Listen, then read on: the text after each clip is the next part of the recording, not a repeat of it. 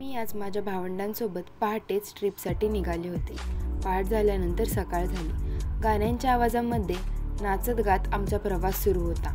तोवर पवनचक्क्यांनी त्यांचे दर्शन दिले, जणू काही त्या बोलावतच होत्या। पुढे गेल्यानंतर गाडीमध्ये नागिन सळसळी गाणे लागताच आंबेघाटातील नागमोडी वळण लागले आणि पोटामध्ये ढवळायला सुरुवात झाली आणि यांची भेट झाली।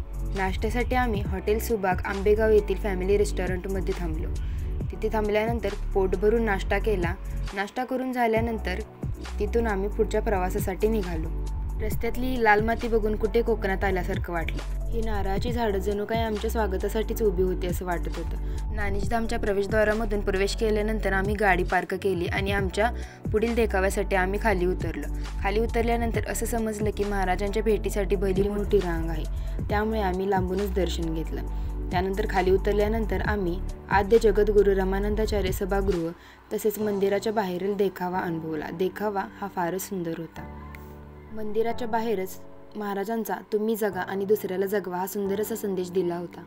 त्यानंतर मंदिरामध्ये जाऊन तेथील दर्शन घेतले आणि फोटो वगैरे काढले आणि यांच्यासोबत फोटो तर होणारच होता। तुम्ही पाहू शकता मंदिरातील देखावा किती सुंदर आहे। मंदिरातील दर्शन घेऊन आम्ही आमच्या पुढच्या प्रवासासाठी निघालो। ते आहे पार्ट 2 मध्ये।